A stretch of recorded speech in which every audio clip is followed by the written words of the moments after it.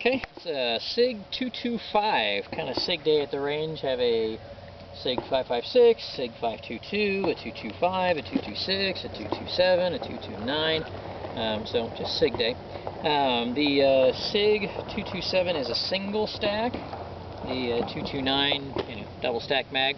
So there's only 8 rounds in the 225 mags, the 226 are 15, the 229s are 13, and the 227s are 10.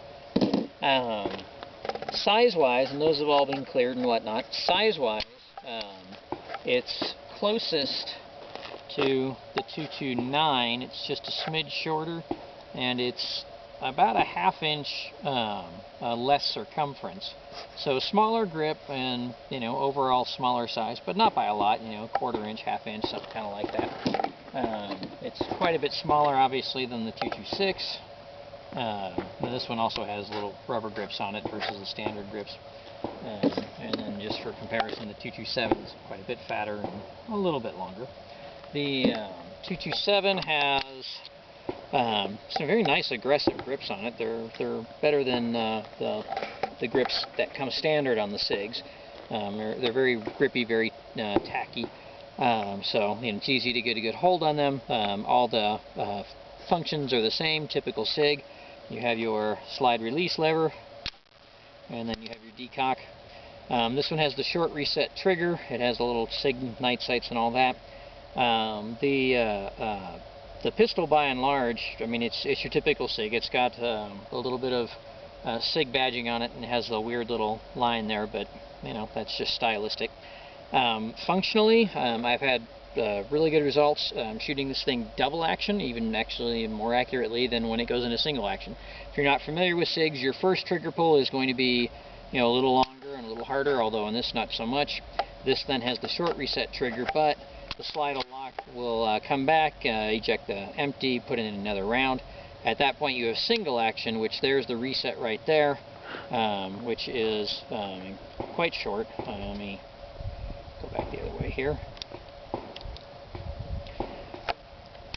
Alright, so you pull the trigger, slide does its job, hammer's back, the reset is right there. So it's a very short reset trigger. The SIG 229, just by way of comparison, pull the trigger, hammer stays, or the slide comes back. Okay, same thing, letting that go. It's a fair amount farther. There's the reset right there, and then that'll let you drop the trigger. So the short reset trigger is, quite nice. Got some steel set up down there. It's this 50, about 20-25 yards away, and we'll see how we do with that. I've got a magazine here that's loaded, and it is 8+1. Let's try the first one, double action. Which, no trouble hitting the steel door.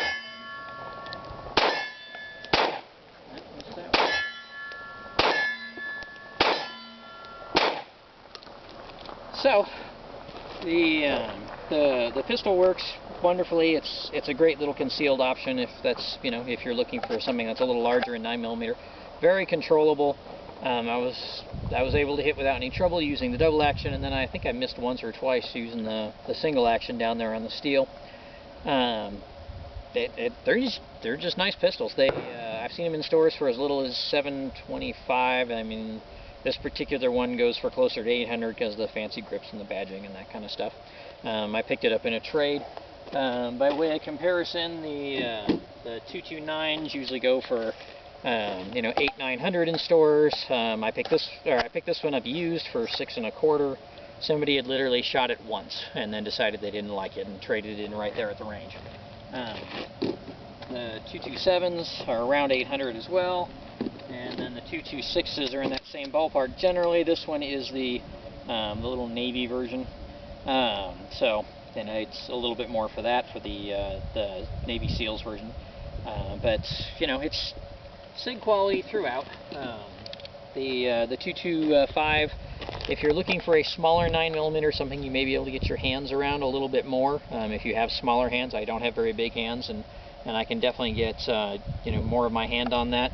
I mean, I'm pretty much at the first knuckle of my thumb there.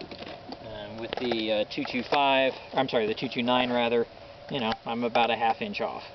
So, if you're looking for a concealable or smaller, or at least slimmer 9mm pistol, you might give the SIG 225 a look.